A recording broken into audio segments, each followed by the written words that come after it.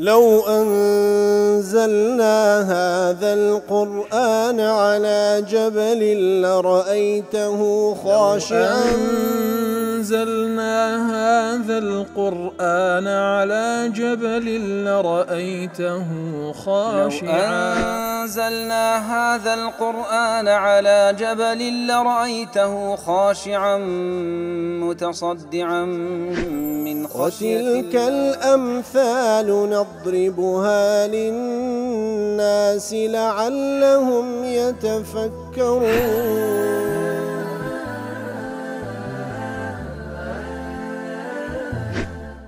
الحمد لله والصلاة والسلام على رسول الله وعلى آله وصحبه ومن والاه. السلام عليكم ورحمة الله. برزا خوش حالم لوانين وسط حفتا بينس لوانا كاين تفسير القرآن في رزبيم وخزمتان ومن بس رزامدي رب العالمين وهي وادان مئوي آز السودي لور بقرن. أعوذ بالله من الشيطان الرجيم.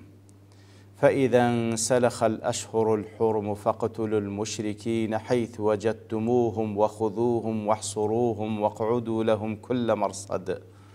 فإن تابوا وأقاموا الصلاة وآتوا الزكاة فخلوا سبيلهم إن الله غفور رحيم. بەڕخۆشەویستان لە ئاتەکانی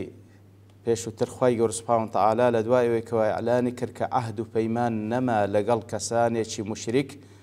4 مانگ فۆرسەتیان پێدەدرێ لە دوای ئەو 4 مانگە فەئیذا انسەلخ الأشهر الحرم لە دوای تەوابوونی ئەو 4 مانگە فاقتلوا المشركين حيث وجدتموهم لە هەر چێن دەرەگەیشتنە ئەو مشریکانەی کەوا محاربن ئەوە لە هەر چێن دەرێبوون گەیشتنێ بیان کوژن بیان گرن و هەروەها محاسەرەیان بکەن وەقعدوا لهم كل مرصد لە هەموو جێگا و ڕێگایەکاندا لە بۆیان دابنیشنەوە فإن تابوا وأقاموا الصلاة وآتوا الزكاة ئەگەر تەوبەیان کرد و نوێژەکانیان کرد و زەکاتیان دا فخلوا سبيلهم ئەوە لەو حاڵەتەی وازیان لێبینن إن الله غفور رحيم لبرو بيقومن الله تعالى لبرديه برحمة. فإذا انسلخ أي انقضى فإذا انسلخ الأشهر الحرم أجر وكل تفسير قاسمي دله انسلخوات بمعنى انقضى الأشهر الحرم التي أبيح للذين عوهدوا فيها أن يسيحوا في الأرض وحرم فيها قتالهم أو تسار مانجي كوالآت كان بيشتر خواهي جوله وەکو مهلەتێک بە کەسانیشی مشریکی بەخشی لە دوای ئەو 4 مانگە لە هەر چێن دەرێگەیشتنێ ئەوە لە بۆتان هەیە قیتالیان لەگەڵ بکەن. فإذا انسلخ الأشهر الحرم وەکو لە تەفسیری سعدی دەڵێ أي التي حرم فيها قتال المشركين المعاهدين ئەو 4 مانگەی کەوا حرام بوو لەگەڵ ئەو مشریکانەی کەوا پێشووتر عەهد و پەیمانیش مطلقیان هەبوو 4 مانگ مهلەتیان پێدرا لەو 4 مانگەی نەدەکرا بە هیچ شێوەیەک قتالیان لەگەڵ بکرێ وهي أشهر التسهير الأربعة أو 4 مانگەی کەوا خوای گەورە فسيحوا في الأرض وتمام المدة لمن كان له مدة أكثر منها ولا غير واناش غير وانا ويكا وكل آت بيش ترخواي قول باسكر وانا عادو بيمانش مؤقت ودياري كراويان هيو بابندشن بي او حتى عادو بيمان كانيان تواو دبيل لدواي او توابونا ويأخذ لدواي او تسار مانجي كوالابو مشركة كاني باقي ترداينابو فقد بريئت منهم الذمة هيز عادو بيمان لنوان تنامينه لدواي او تسار مانجا فاقتلوا المشركين حيث وجدتموهم أي في أي مكان وزمان وكل تفسير سعد لهر چين دريبو لهر كاتيك بو لدواي أو 4 مانگا ياخذ لدواي توابوني عهد بيمانك أو لهر چين دريگيشنا مشركة كان لهر زمانك ومكانك بيان كوجن ديار يعني أو آتانك بمطلقي باسي كده وتسندين آتي تلو أحاديث تركوا بين همي كوب كينوا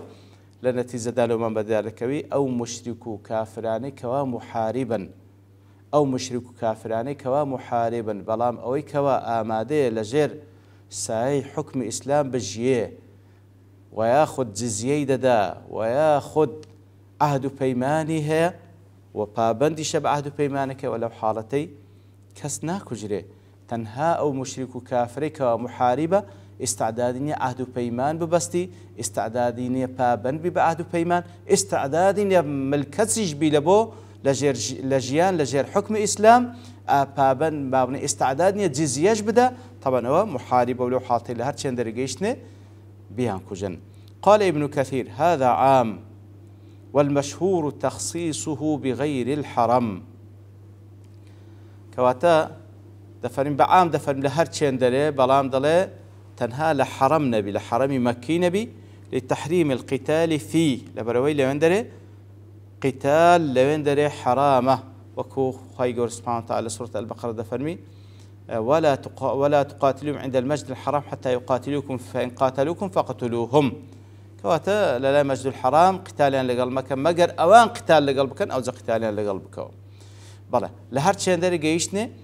بيان كجن وخذوهم اي اسروهم واتبع اسير بيان قرن واحصروهم اي احبسوهم في المكان الذي هم فيه. لو جيغاي كتيدانا او جيان ديان كجن يان باسير يان دقرن بديل يان حصر يان دكن لو جيغاي كتيدانا لئلا يتبسطوا في سائر البلاد حصر يام كان لزيقاك تاوكن نتوان بكيف خوان بصورينو كفر الشرك خوان بكن ومحاربي إسلام بكن. واحصروهم وكل تفسير سعد الله أي ضيقوا عليهم تنق بكن لسريان فلا تدعوهم يتوسعون في بلاد الله وأرضه تنق بكن لسريان أو كافر مشركان ومحاربا آمادنين بابند بن ياخذ آمادنين جزية بدن آمادنين عهد بيمان بكانوا بقين نسر آمادنين لجرساي حكم إسلام بجين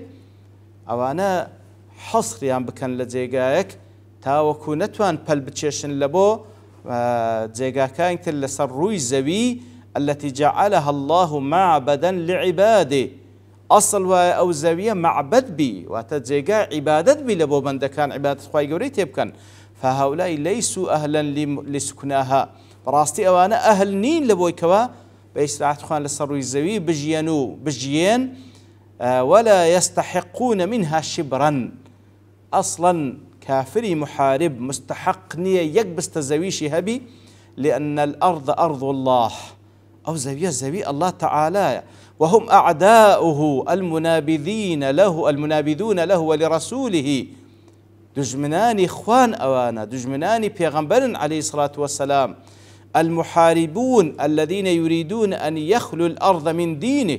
أوانا كوا محاربي ديني الله تعالى ذا كان دانوي أو زاوية ديني الله تعالى تدانا نمينه ويأبى الله إلا أن يتم نوره ولو كره الكافرون أوان دانوي الدين لسروي زاوي بمنه كافري محارب بلام الله تعالى قبولي نية إلا دبي أو نوري أو تواوبي أجر كافر كانش بتقنو هندهم بينا أخوش بي. وكل تفسير محرر ضلي وخذوهم كاتك دفرن بيان قرن يجوز الأسر بدل القتل والتخيير بينهما. كواتا خواهي قلت سن مسلمانان سر بشك دكا لبوي كوا كاتك وعهد بيمان توابو إجا لدواء وكافر محارب كان لهر چه داري قيشتني دكري بيان كوجن دكري أسيريان بكن دكري حصريان بكن وكو خواهي قلتان بجاردي كوا دايتيا مسلمانان كاتب أوان سر بشكن أميري مسلمانان لو حاطي سر بشكا كوا تسيان لبكاتن لو تسان بجاردي يكيك هل بجيري وقعدوا لهم أي لقتالهم وكل قاسمي دلي لبويان دانشتنوا لبو قتال أوان كل مرصد أي كل طريق وممر لهم الرقاق لبويان دابنشنو لهم الزيقاق لبويان دابنشنو واتا بوسان لو دابن كمينيان لو دابن لهم الرقاق دا وكل تفسير ابن عاشور دلي للتحرير والتنوير كاتك هذا فرمي وقعد لهم كل مرصد دفرمي مستعملة في تعميم المراصد المظنون مرورهم بها كواتا لهم الرقاق كوا قمان دبردري أوان تيدا هات شوب كان لهم الرقاق كان لبويان دابنشن تحذيرا للمسلمين من إضاعتهم الحراسة في المراصد تواكوتو آقادار كردنوي إيمان دارانا بوي كوا نكن لهيت سنگريك بآقابا لو سنگراني كوا سنگري روبا روبونوي لقلوان لنا كاودا أوان فيأتيهم العدو منها آقادار من هيت سنگريك تول مكان لبران بر أوان تاوكو أوان لنا كاوا قليتان بين جوري أو من التفريط في بعض ممار العدو يعني تقصيري بكن لا هندق لا ريقاوبان كان كوالي بين جوري فينطلق الأعداء آمنين فيستخفوا بالمسلمين لو حالتي قرانقو بآقاب لهندق لا ريقاوبان كان ولا سنقر كان لو حالتي أوان ليتان دين جوري وهروها الأخوان أمين دبنو أنقوش بكم دزانا فيستخفوا بالمسلمين ويتسامع جماعات المشركين أن المسلمين ليسوا بذوي بأس ولا يقظة وهروها دبيت ما كوال نابيان بالله وبيتونا مشركان كمسلمانان إهندينين حذر خوان ورقت بيون دب دقيقي روبرو إيما ببنوا إتر فيؤول معنى كل هذا إلى معنى الكثرة للتنبيه على الاجتهاد في استقصاء المراصد كواتا دبوي كوا تأمين بن لويكا تأمين بن لهيج زيقاق لتاني نزول لبوي كوا تأمين بن لوي كوا وزنو سنجي خوتان هم لبران بردوج من كتانو بكم تان نزانن دي همو ريقاو همو سنقركان لي آقادار نتسولي مكانو أو بري حزاري خوتان ورقل لدوج منان تان وكل بقاعدة التعبير بالقعود في قوله تعالى وقعودوا لهم كل مرصد كاتك خواهي قول التعبير لقعود كواتلا بويان دانشنو لهم الرقاق دا كباس لدانش تنكرديا للإرشاد إلى التأني كواتا لوان دانشنو كوبلي يعني كسانيك ترخان بكن تفرغ يا بيبكن لو زيقانو لو سنقران دابنشنو نقبة بلا بتسيو بيتو نا بعلوية تفرغ بكالبو إيشي دابنشو إيشي ويتنها تساوديريو سنقرقرتن بيتن لدوجمنان فإن تابوا أجر توبان كر وكل قاسم دي أي عن الكفر أجر توبان كر لكفر وأقاموا الصلاة وآتوا الزكاة أجر توبان كر لكفر نويجكاني أن بتساتي أنزام دا واتبون مسلمان وزكاة يندا فخلوا سبيلهم أي فتركوا التعرض لهم لو حالتي بهيش شيوك تعرضيان مكان فخلوا سبيلهم وكل تفسير سعيد أي اتركوهم وليكونوا أمثال مثلكم لهم ما لكم وعليهم ما عليكم لو حالتي أنقوازين لبين شريان لقل مكان بلكو وكون قويان لدي كذا بوين مسلمان أو إلا بونقوها أو إلا دجنقوها لدجي أواني شيء واتدينا ريز مسلمانان إن الله غفور رحيم بيقمان الله تعالى هم غفور هم رحيم وكل تفسير سعيد الله يغفر الشرك فما دونه للتائبين كوات الشركة قورتين تاوانا وويل أخوار شرشيشة كسك وتوبي ليبكاتن خاي قول لي خوش دبي ويرحمهم بتي بتوفيقهم للتوبة ثم قبولها منهم كواتا غفورة ليان خوش دبي كواني توبة ذكن رحيمة بوي كوا موفق يعني كالب التوبة كردنو ليش يعني قبول ذكاء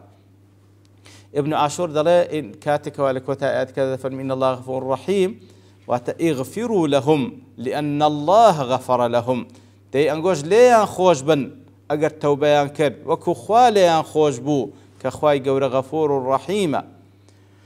ولو زهل تفسير قاسمي دلا كاتك وإما دفرمي فإذا انسلخ الأشهر الحرم ما بتسلك دوا أشهر العهد وأو تسار مانجي كوا خواي جور فرمو إعلام بكن ليوم النحر حتى تسار مانجي أوانا فسيح في الأرض 4 أشهر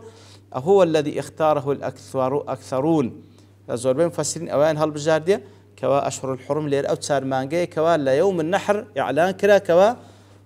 مهلتان هي تسار مانج لويف دفر مناوش لنا حرم لتحريم قتال المشركين فيه ودماؤهم فالألف واللام للعهد كواتا فاقتلوا فإذا انسلخ الأشهر الحرم بألف لام هاتية أو ألف لام لبو عهد وات أو تسار مانجا دياري كراوي كوا دياري كرا لكم روجي نحر ولبو حتى كتبت تسار مانج وقيل المراد بالأشهر الحرم هانديش لم فسمها لك ذات فإذا انسلخ الأشهر الحرم لأن أو أشهر الحرم كوا لهمو صالك ذات تسار مانج حرام هي رجب ذو القعدة ذو الحجة ومحرم روي ذلك عن ابن عباس والضحاك والباقر واختاره ابن جرير وانا هل يوم بذلك هذه الاشهر الحرم ما بس صار مانجي حرامه كوالا باب لهم صالح داهيه منها 4 حرم او صار مانجا وضعف بانه لا يساعده النظم الكريم لانه يأباه ترتيبه عليه بالفاء فهو مخالف للسياق الذي يقتضي توالي هذه الاشهر كواتا أو تصار مانجانية كوا لهم الصالح داها وخاي يقول فرم لسورة التوبة عين باسدك كواتان ما كي لها مصالق دا أشهر الحرمة رجب ذو القعدة وذو الحجة ومحرم فنا أو تسان مانجا أصلا يقلو مانجانا هر بالترتيب نية بديا لوان يكود بيتن تسار مانجا وفاصلة لبينان هبيتن بلكو أو تسار مانجا كلا يكم روجي بابني يوم النحر إعلان ذكره يتربو الشيوتات تسار مانجا لدوايق نق علاقة أشهر الحرم نية والله أعلم ديار هشتا المفسرين قسيتريان نسر وآت بالله نبرتوابوني كاد دوستين ببشتواني خواهي يقول له أنا داهتو دينو خزمتي وصلى الله وسلم على نبينا محمد وعلى آله وصحبه أجمعين وآخر دعوانا الحمد لله رب العالمين. لو أنزلنا هذا القرآن على جبل لرأيته خاشعا أنزلنا هذا القرآن على جبل لرأيته خاشعا أنزلنا هذا القرآن على جبل لرأيته خاشعا متصدعا من خشية الله. وتلك الأمثال نضربها للناس لعلهم يتفكرون.